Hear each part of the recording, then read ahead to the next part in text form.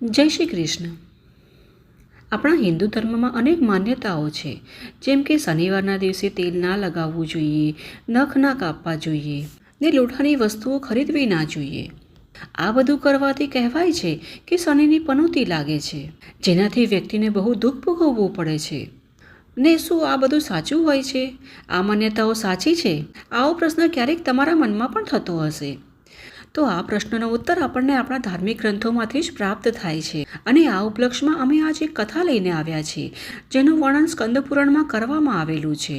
તો ચાલો આજે આ કથાનું શ્રવણ કરીએ, અને કથા સારી લાગે તો એક લાઈક જરૂર કરજો. સાથે જ આ કથાને તમારા મિત્ર અને પરિવારમાં પણ શેર કરજો, જેથી કરી એમના બી મનમાં કોઈ આવો પ્રશ્ન ઉત્પન્ન થતો હોય તો તેનું સમાધાન કરી શકાય. અને પહેલીવાર જો તમે અમારા ચેનલ પર આવ્યા છો તો ચેનલને સબસ્ક્રાઇબ કરવાનું ના ભૂલશો, અને સાથે જ બેલ આઇકનને પણ પ્રેસ કરી દેજો, જેથી કરી અમારા દ્વારા આવનારા બધા જ નવા વિડીયો તુરંત તમારા સુધી પહોંચી શકે. તો ચાલો આજની કથાનો આરંભ કરીએ. આ કથા છે પ્રભુ શ્રીરામના પિતા દશરથ રાજાની.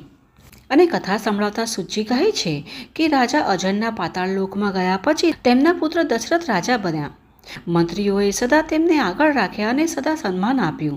આ તે જ રાજા દશરથ હતા, જે દરરોજ ઇન્દ્રલોકમાં જતા અને ઇન્દ્રની સાથે ક્રીડા કરતા હતા. એમણે રોહિણીનું ભેદન કરનાર શનિગ્રહને પરાસ્ત કર્યા હતા, તથા એમના ઘરમાં સાક્ષાત ભગવાન શ્રીહરિ વિષ્ણુએ પ્રસન્ન થઈને રાવણનો વધ કરવા માટે અવતાર લીધો હતો. રાજા દશરથે પણ હાટકેશ્વર ક્ષેત્રમાં જઈને આરાધના દ્વારા ભગવાન શ્રીહરિ વિષ્ણુને સંતુષ્ટ કર્યા અને સુંદર મંદિર નિર્માણ કરીને ત્યાં તેમની સ્થાપના કરી હતી.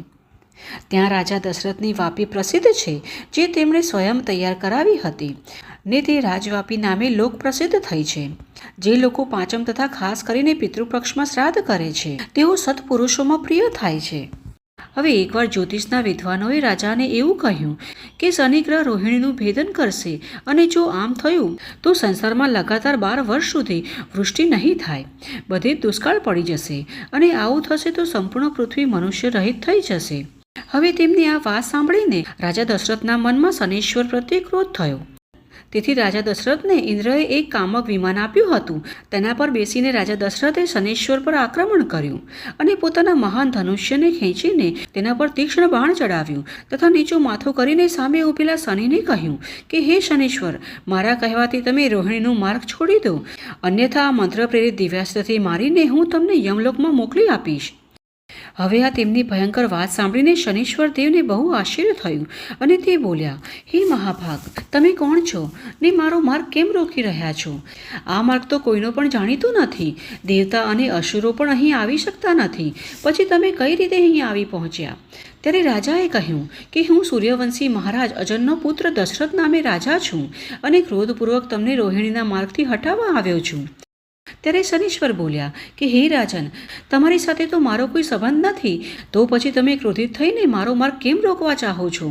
ત્યારે રાજાએ કહ્યું કે હમણાં જ મને જ્યોતિષીઓએ કહ્યું છે કે તમે રોહિણી ચક્રનું ભેદન કરવાના છો, અને જો તમે તે પ્રમાણે કર્યું તો ઇન્દ્ર વરસાદ બંધ કરી દેશે, અને વરસાદના અભાવે અનાજ પેદા નહીં થાય, અને અન્નના અભાવે પૃથ્વીના પ્રાણીઓનો નાશ થઈ જશે. અને જ્યારે બધા પ્રાણીઓ નાશ થઈ જશે ત્યારે યજ્ઞ કોણ કરશે? પરિણામે અગ્નિષ્ટોમ વગેરે બધી ક્રિયાઓ પૃથ્વી પરથી સમાપ્ત થઈ જશે, અને આમ થવાથી પ્રલય થઈ જશે.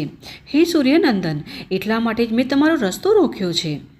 ત્યારે શનિદેવ બોલ્યા, પુત્ર, તમે તમારા ઘરે પાછા જાઓ, ને ઈચ્છા હોય તો મારી પાસે પણ કોઈ વરદાન માંગી લો. હું તમારા પરાક્રમથી સંતુષ્ટ છું. હું મારી દ્રષ્ટિથી જેને જોઉં છું તે ભસ્મ થઈ જાય છે, તેથી હું મારી દ્રષ્ટિ હંમેશા નીચે રાખું છું. તમે પ્રજાના હિત માટે મારો પણ ભય ત્યાગી દીધો છે, તેથી તમારા માટે હું રોહિણીનું ભેદન નહીં કરું.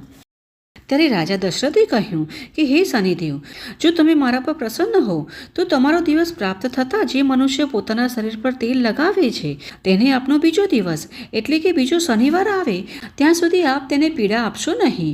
તમારા સંતોષ માટે યથાશક્તિ લોઢું અને તલનું જે દાન કરે છે તેને 1 વર્ષ સુધી તમે સંકટમાંથી રક્ષા કરજો.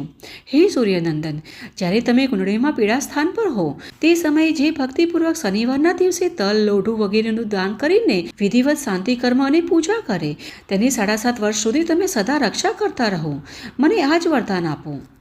સૂર્ય કથા સંભળાવતા કહે છે, ત્યારે શનિદેવે તથાસ્તુ કહીને રાજાની પ્રાર્થના સ્વીકાર કરી લીધી, અને તે મૌન થઈ ગયા. ત્યારથી રાજા દશરથની વાત માનીને શનિદેવ કદી રોહિણી મંડળનું ભેદન કરતા નથી અને આ સમાચાર સાંભળીને ઇન્દ્રદેવ બહુ પ્રસન્ન થયા અને રાજા દશરથને મળીને આનંદપૂર્વક બોલ્યા કે હે રાજન, તમે આ બહુ અદ્ભુત પરાક્રમ કર્યું છે. બીજા કોઈ માટે તો આવા કાર્ય કરવાની કલ્પના પણ બહુ મુશ્કેલ છે. તેથી આ કાર્યથી હું તમારા પર બહુ સંતુષ્ટ છું. તમારા મનમાં કોઈ અભિલાષા હોય તો તે પ્રમાણે મારી પાસે વરદાન માંગો. ત્યારે રાજા બોલ્યા કે હે સુરશ્રેષ્ઠ, તમારી સાથે મારી સદા મૈત્રતા રહે, એ જ મારી પ્રાર્થના છે. ત્યારે ઇન્દ્રએ કહ્યું કે રાજેન્દ્ર, એવું જ થશે. તમારી સાથે મારી શાશ્વત મિત્રતા રહેશે, જેવી વસુ દેવતાઓની મૈત્ર છે. તમે દરરોજ સંધ્યા સમયે મારી પાસે આવતા રહેજો, જેથી સદા પરસ્પરનો મિત્રભાવ વૃદ્ધિ પામે. આમ કહીને દેવરાજ ઇન્દ્ર સ્વર્ગલોકમાં ચાલ્યા ગયા અને રાજા દશરથ પણ શનીશ્વરના ભયમાંથી સંપૂર્ણ જગતની રક્ષા કરીને હર્ષપૂર્વક અયોધ્યાપુરીમાં પાછા આવી ગયા. ત્યારથી જ મોટાભાગે દરરોજ સાયંકાળની ઉપાસના કરીને રાજા દશરથ ઇન્દ્રલોકમાં જતા હતા. ત્યાં દેવર્ષિઓના મુખેથી વિચિત્ર અર્થવાળી કથાઓ સાંભળીને અને પોતે પણ કહીને અયોધ્યામાં પાછા આવતા હતા. ત્યારે એકવાર ઇન્દ્રથી પ્રેરિત થઈને મહારાજ દશરથે મહર્ષિ વશિષ્ઠ દ્વારા પુત્ર માટે પુત્રેષ્ટિ યજ્ઞ કરાવ્યો. ત્યાર પછી મોટા રાણી કૌશલ્યાએ ધર્માત્મા પુત્ર શ્રી રામચંદ્રજીને જન્મ આપ્યો અને રાજાની સૌથી નાની રાણી કૈકેયીને ભરત નામે પુત્ર થયો અને વચેટ રાણી સુમિત્રાએ 2 મહાબળવાન પુત્રોને જન્મ આપ્યો, જેમના નામ લક્ષ્મણ અને શત્રુઘ્ન હતા. આ ઉપરાંત સુમિત્રાથી એક સુંદર કન્યા પણ ઉત્પન્ન થઈ, જેને પુત્રહીન રાજા લોપપાદને દત્તક આપી દીધી હતી. આ પ્રમાણે પિતૃઓથી ઉરુણ થઈને કૃતકૃત્ય થઈને રાજા દશરથે સ્વર્ગની પ્રાપ્તિ કરી અને ત્યાર પછી શ્રી રામચંદ્રજી ચક્રવર્તી રાજા થયા, જેમણે દેવતાઓ માટે કંટકરૂપ બનેલા દુર્લભ રાવણનો વધ કર્યો અને હાટકેશ્વર ક્ષેત્રમાં રામેશ્વર અને લક્ષ્મણ ક્ષેત્રની સ્થાપના કરીને મૂર્તિમાં સીતા દેવીને પણ પ્રતિષ્ઠિત કર્યા હતા. તો આ હતી આજની અમારી કથા અને અમને આશા છે કે આ કથા તમને સારી લાગી હશે. તો ચાલો આવી જ વૈદિક અને સચોટ કથાઓ સાથે ફરી મળીશું. જય શ્રી કૃષ્ણ.